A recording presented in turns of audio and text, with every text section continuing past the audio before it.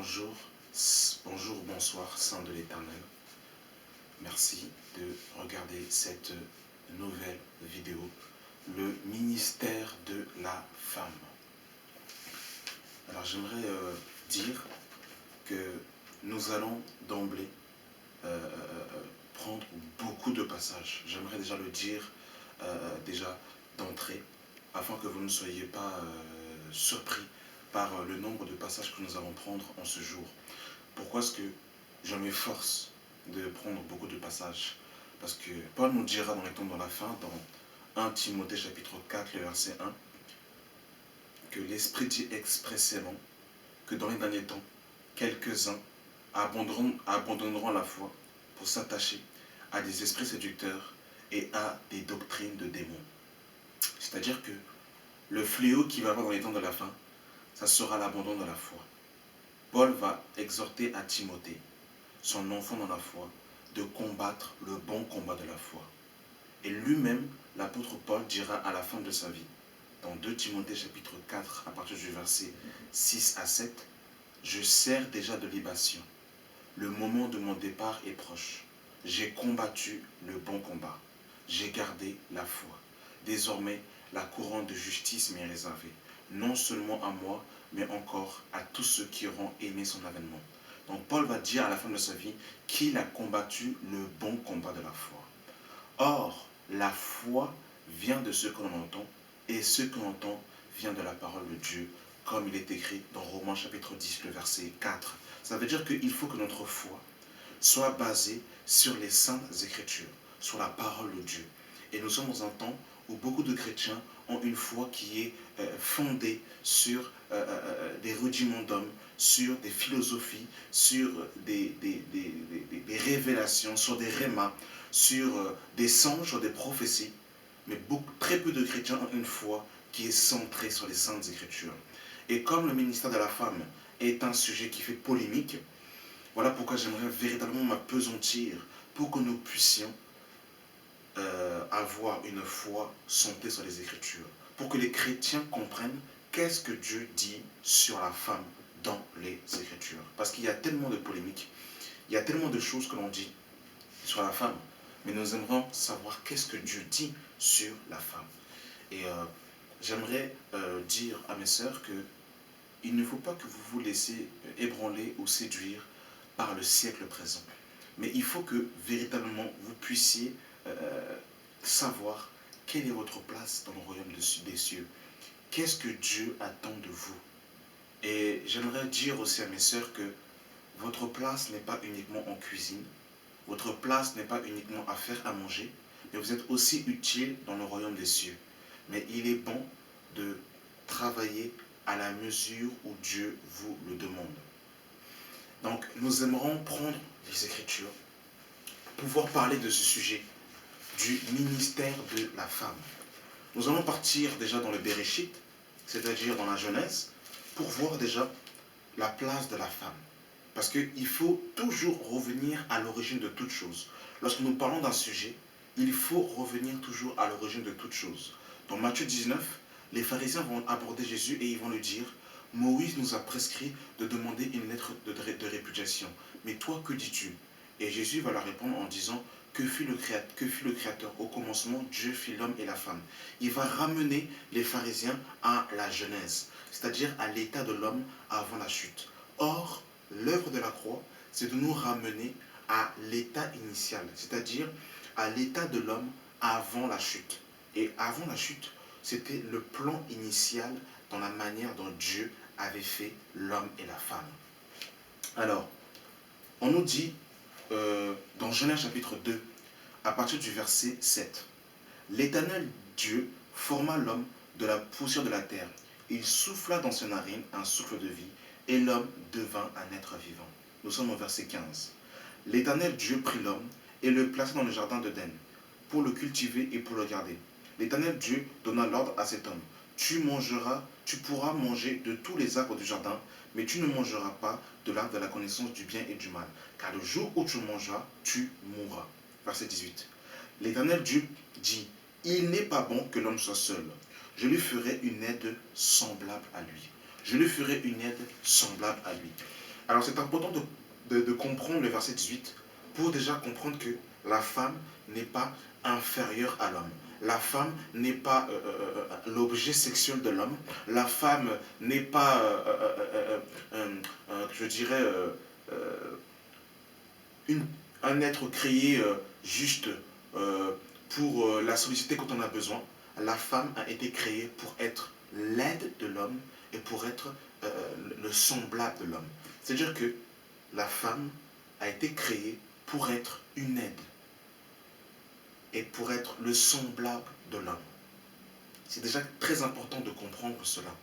C'est que la femme a été créée pour être l'aide de l'homme.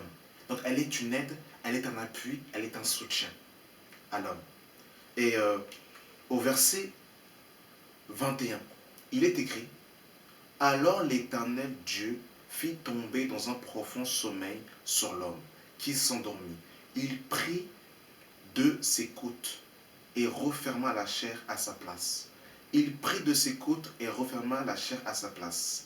L'Éternel Dieu forma une femme de la côte qu'il avait pris de l'homme, et il la mena vers l'homme. Et l'homme dit: voici cette fois celle qui est os de mes os et chair de ma chair. On l'appellera femme, car elle a été prise de l'homme. C'est pourquoi l'homme quittera son père et sa mère, et s'attachera à sa femme, et ils deviendront une seule chair. L'homme et sa femme étaient tous deux nus, et ils n'en avaient point honte. Alors ici, on nous dit que Dieu va faire plonger l'homme dans un profond sommeil, et qu'il va prendre de la côte de l'homme, il va tirer la femme de la côte de l'homme. Alors c'est très important, suivez bien le message enfant de Dieu. L'origine de la femme est un endroit secret. Elle a été tirée du secret de l'homme. Elle vient de la côte, elle a été prise de la côte de l'homme. C'est-à-dire qu'elle vient d'un endroit secret. Et je fais exprès de m'apesantir sur ce détail parce que vous allez comprendre, et mes sœurs en Christ vont comprendre, mes frères en Christ aussi comprendront, que pour comprendre qui est la femme, il faut comprendre qui est l'Église. Parce que Paul va faire un parallèle entre l'homme et la femme, et Christ et l'Église. Et ici, on nous dit au verset 21, alors l'Éternel Dieu fit tomber un profond sommeil sur l'homme, qui s'endormit. Il prit de ses côtes et referma de la chair. L'Éternel Dieu forma une femme de la côte qu'il avait prise de l'homme, et il la mena vers l'homme. Et regardez la manière dont l'Église va venir au monde. Nous avons vu ici dans un premier temps que Dieu a fait plonger l'homme dans un sommeil profond. Or, nous savons que le sommeil, c'est l'image de la mort. Nous sommes dans Jean, chapitre 21. Jean, chapitre 21. Jean 19, autant pour moi, à partir du verset 33. Il est écrit: s'étant approché de Jésus, et le voyant déjà mort, ils ne lui rompirent point les jambes. Mais un soldat lui perça le côté et une lance, et aussitôt il sortit du sang et de l'eau. Celui-ci l'a vu et a rendu témoignage à son témoignage en vrai. Et il sait qu'il dit vrai, afin que vous croyiez aussi ces choses sont arrivées, afin que l'écriture fût accomplie. Aucun de ces os ne fut brisé. Et d'ailleurs l'écriture dit encore: ils verront celui qu'ils ont percé. Donc on voit que Jésus-Christ est à la croix et il était mort. Un soldat va prendre une lance et il va la mettre sur le côté. Et on dit que du sang et de l'eau vont sortir. Et Jésus était mort. C'était aussi l'image de Adam qui était plongé dans un sommeil. Et quand Adam va être plongé dans un sommeil, Dieu va sortir Ève de la côte de l'homme. Et à la croix, on dit que Jésus-Christ était mort. Et on va justement mettre une lance sur le côté de Jésus, et du sang et de l'eau vont sortir. C'était l'image que l'Église était tirée du dernier Adam, tirée de Jésus-Christ. Et vous allez voir que l'enseignement de Paul par rapport à l'homme et à la femme, il va toujours faire un lien, un parallèle entre Christ et l'Église. C'est-à-dire que pour comprendre l'homme et la femme, il faut comprendre Christ et l'Église. Vous savez, Dieu est le Dieu du plan. Il est le Dieu du plan par excellence. Lorsque Dieu va demander à Moïse de construire le tabernacle, le tabernacle, il va dire à Moïse, tu construiras le tabernacle selon le modèle qui t'a été montré sur la montagne. Lorsque David va vouloir faire justement une maison pour l'Éternel, Dieu lui dira que ça ne sera pas toi qui feras une maison, mais ça sera ton fils, ça sera Salomon. Et dans 1 Chronique 28-29, David justement va donner le plan qu'il aura reçu de l'Éternel pour la construction de la maison de l'Éternel. Lorsque Dieu va demander à Noé de faire l'arche, Dieu va donner à Noé des dimensions bien spécifiques, bien précises pour que Noé puisse construire l'arche.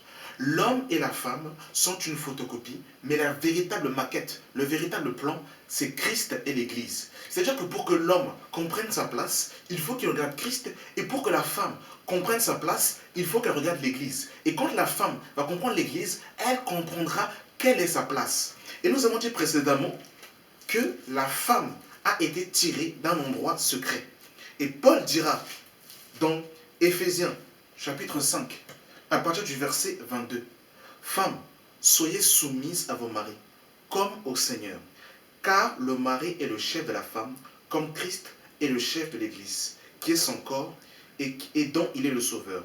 Or, de même que l'Église est soumise à Christ, les femmes aussi doivent l'être à leur mari en toutes choses. » Donc vous voyez que Paul va faire un parallèle entre Christ et l'Église et l'homme et la femme. Et il va dire que de même que l'Église est soumise à Christ, les femmes doivent l'être en toutes choses. C'est pour ça que pour que la femme comprenne sa place, il faut qu'elle comprenne qui est l'Église. Quand la femme, les sœurs comprendront la place de l'Église par rapport à la relation qu'elle a d'épouse à époux à Jésus-Christ, la femme comprendra sa place, sa position. Et nous savons que l'Église, en tant qu'épouse, est soumise à Jésus-Christ en toutes choses. Et que Christ est la tête. Autrement dit, il est l'autorité, il est le chef, et c'est lui qui prend les directions, c'est lui qui prend les directives. Et la femme, l'Église, est soumise à Jésus-Christ, non par peur, non par dictature, non par menace, mais elle est soumise à Christ à cause de l'amour. Et la femme, justement, se nourrit de l'amour de son mari. Paul dira au verset 25, « Marie, aimez vos femmes comme Christ a aimé l'Église. Il s'est livré lui-même pour elle afin de la sanctifier, après l'avoir purifiée par l'eau de la parole, afin de faire paraître devant lui cette Église glorieuse, sans tache ni ride, rien de semblable, mais sainte et irréprochable. C'est ainsi que les maris doivent aimer leur femme comme leur propre chair. Celui qui aime sa femme s'aime lui-même, car jamais personne n'a haï sa propre chair, mais il la nourrit et il en prend soin comme Christ l'a fait pour l'Église.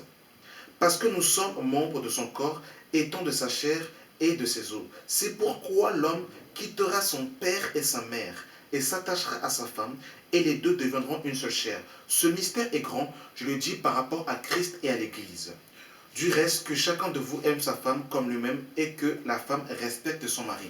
Donc, Paul va reprendre la parole de Genèse 2,24, que l'homme quittera son père et sa mère et s'attachera à sa femme et les deux deviendront une seule chair.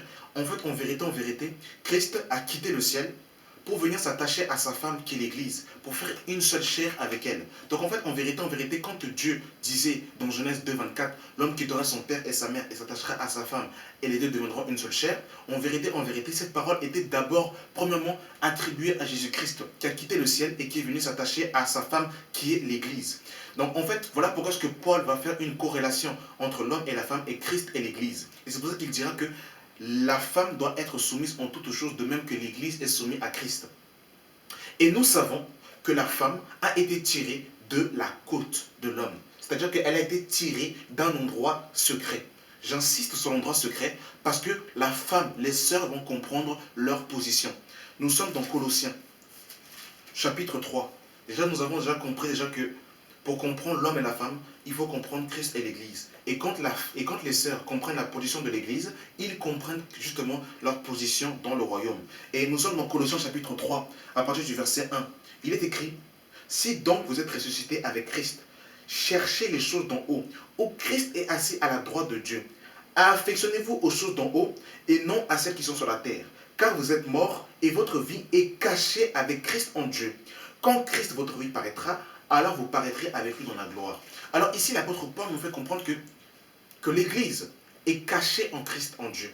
C'est-à-dire que la position de l'Église, c'est une position cachée, une position secrète. C'est-à-dire que l'Église est cachée en Christ. De la même manière que à l'origine, la femme a été prise de la côte de l'homme. Elle a été prise de l'intérieur d'un endroit secret. Et actuellement, la position de l'Église, l'Église, elle est cachée en Jésus-Christ. L'Église est derrière son époux. L'Église est derrière son Machia. L'Église est derrière son fiancé, qui est Jésus-Christ. Et c'est la position, justement, de la femme. Et justement, nous allons voir justement maintenant, à partir de là, le ministère de la femme. Nous avons vu que la femme a été tirée d'un endroit secret. Nous avons vu que la femme a été tirée justement de la côte de l'homme. Et Jésus-Christ, lorsqu'il va partir, il va confier l'église, la maison, à son épouse, la femme. C'est-à-dire que Christ va partir et il va demander à l'église de faire des disciples, de sauver des âmes. Et il va demander à l'église de s'occuper de la maison. Autrement dit, de s'occuper de l'église du Dieu vivant. Donc c'est à l'église de s'occuper de la maison. Donc on voit que le ministère de la femme est premièrement la maison. Parce que c'est l'église qui s'occupe de la maison. C'est l'église qui gère, entre guillemets, comment dire, les âmes. Et tout justement ce que nous pouvons voir de l'église. L'église est la maison de Dieu et c'est l'église qui en prend soin. Et nous sommes justement dans Proverbe chapitre 14. Proverbe chapitre 14 à partir du verset 1. Il est écrit: la femme sage bâtit sa maison et la femme insensée la renverse de ses propres mains. On voit que la place de la femme, c'est la maison. La maison. Les sœurs en Christ, les femmes, doivent prendre soin de leur maison.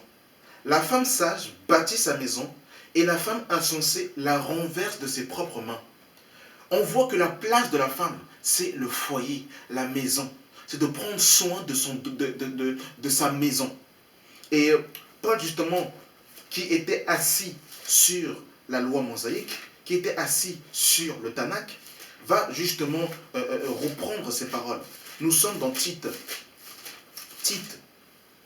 chapitre 2, à partir du verset 3. Il est écrit: dit que les femmes âgées doivent aussi avoir l'extérieur qui convient à la sainteté, d'être ni médisantes, ni abonnées aux excès de vin, qu'elles doivent donner de bonnes instructions, dans le but d'apprendre aux jeunes femmes à aimer leur mari et leurs enfants, à être retenues, chastes, occupées aux soins domestiques, bonnes, soumises à leur mari, afin que la parole de Dieu ne soit pas blasphémée. Voilà l'un des ministères de la femme principal, c'est de prendre soin de sa maison, d'aimer son mari, d'éduquer ses enfants, de donner des instructions aux jeunes femmes pour aimer leur mari et leurs enfants, d'être chastes, avoir l'apparence extérieure qui convient à la sainteté, de n'être ni médisantes, mais elles doivent être soumises à leur mari, bonnes, occupées aux soins domestiques. Voilà ce que la parole de Dieu nous dit.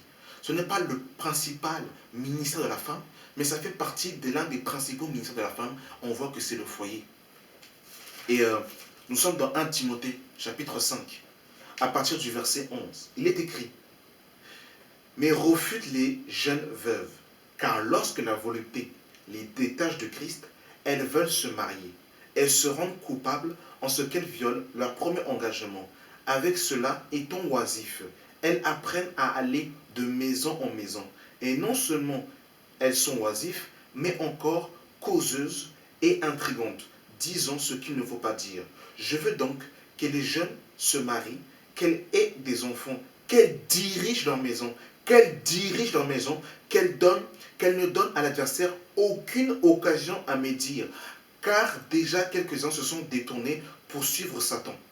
Donc on voit, bien aimé dans le Seigneur, que la sœur en Christ doit encore s'occuper de ses enfants et diriger sa maison. Ça fait partie justement des ministères des sœurs. Ça fait partie du ministère de la femme. Mais aujourd'hui, beaucoup de sœurs veulent ressembler à Paul, veulent ressembler à Pierre, abandonner leur maison, ne pas éduquer leurs enfants, ne pas aimer leur mari et abandonner leur domicile pour aller de ville en ville, pour être comme Paul, comme Pierre, comme Jacques et comme Jean. Il faut, mes soeurs, que vous voulez ressembler à Sarah, par exemple, la femme d'Abraham, à Rebecca, à Marie, la mère de Jésus, et à ce genre de femme. Donc on voit la place de la femme dans les Écritures. Vous voyez, bien aimé dans le Seigneur, c'est le foyer. Ça fait partie des principaux ministères de la femme.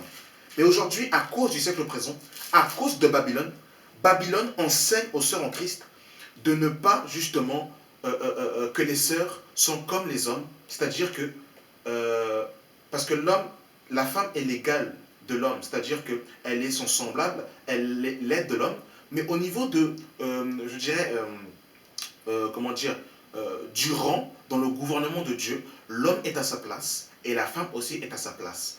Paul nous dira dans 1 Corinthiens chapitre 11, verset 3, « Je veux que vous sachiez que Christ est le chef de tout homme, que l'homme est le chef de la femme et que Dieu est le chef de Christ. » Donc on voit que l'homme et la femme sont égaux. La femme est l'aide de l'homme, elle est le semblable de l'homme, mais nous voyons que dans le gouvernement de Dieu, l'homme est le chef de la femme. Autrement dit, la tête, autrement dit, l'autorité. De la même manière que l'Église est soumise à Jésus-Christ et que l'Église est l'autorité et la tête. Vous voyez, madame, dans le Seigneur. La Bible nous dit dans Proverbe 27, à partir du verset 8, « Comme un oiseau qui erre loin de son nid, ainsi est l'homme qui erre loin de sa maison. » Donc la femme ne doit pas être comme un oiseau qui passe à aller de maison en maison, d'être causeuse, d'être intrigante, de dire des choses qu'il ne faut pas. Je ne dis pas qu'elle doit être casanière, il faut qu'elle reste qu'à la maison et qu'elle ne doit pas aller acheter une baguette ou qu'elle ne doit pas, elle n'a pas le droit de sortir un certain périmètre de sécurité. Ce n'est pas ce que je dis, mais je dis que la femme doit diriger sa maison. C'est ce que la parole de Dieu nous enseigne. Et mes frères et sœurs, je ne dis pas ça par mépris ou pour abaisser les sœurs. Loin de là. J'ai du respect pour mes sœurs, j'ai de l'estime pour mes sœurs, mais nous devons être bibliques et nous devons enseigner ce que la parole de Dieu nous enseigne.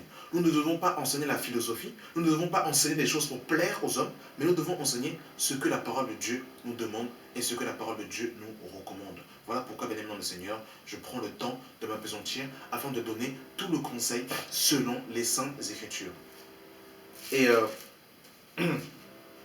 la parole de Dieu nous dira, nous sommes dans...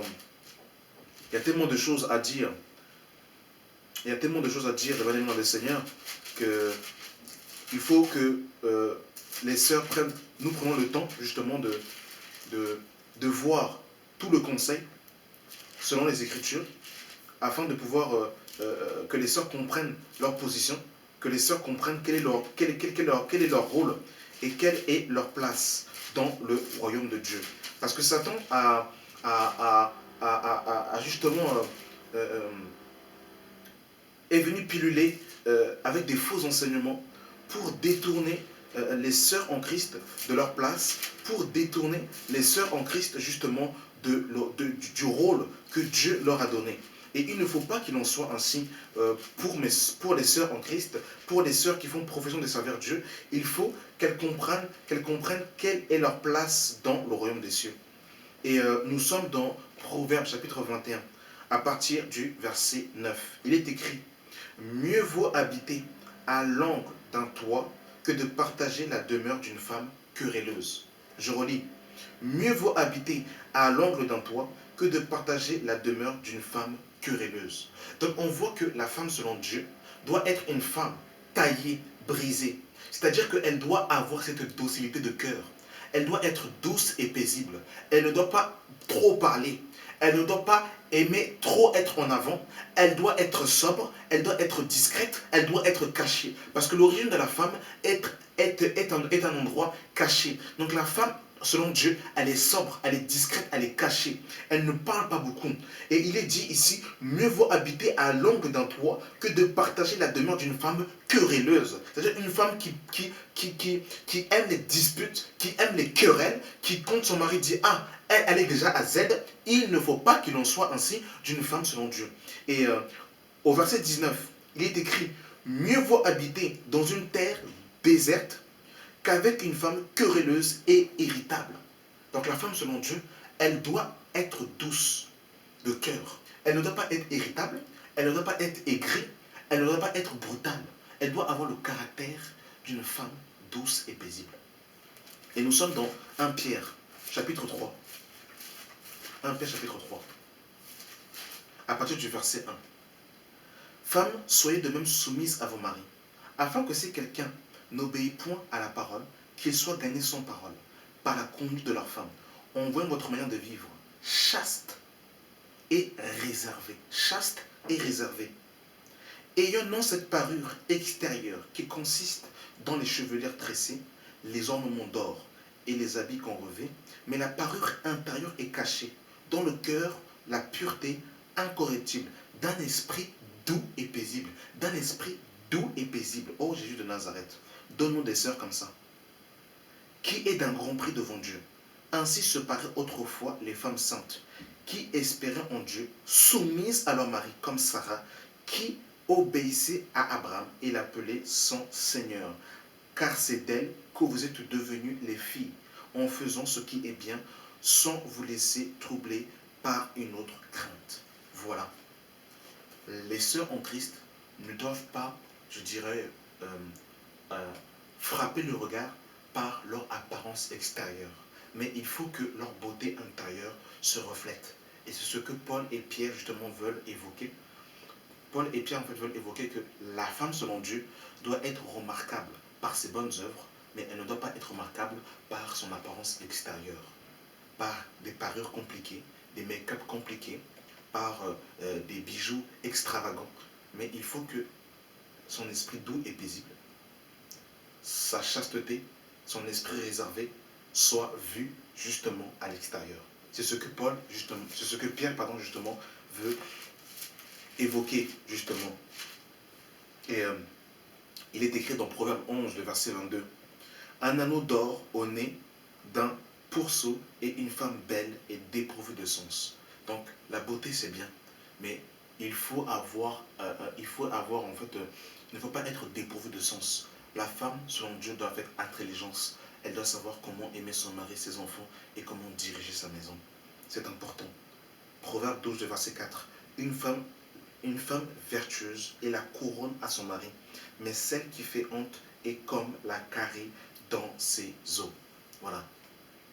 Donc, bien aimés dans le Seigneur, c'est important que les sœurs en Christ comprennent déjà dans un premier temps, déjà, qu'elles comprennent déjà cette place déjà dans le royaume des cieux.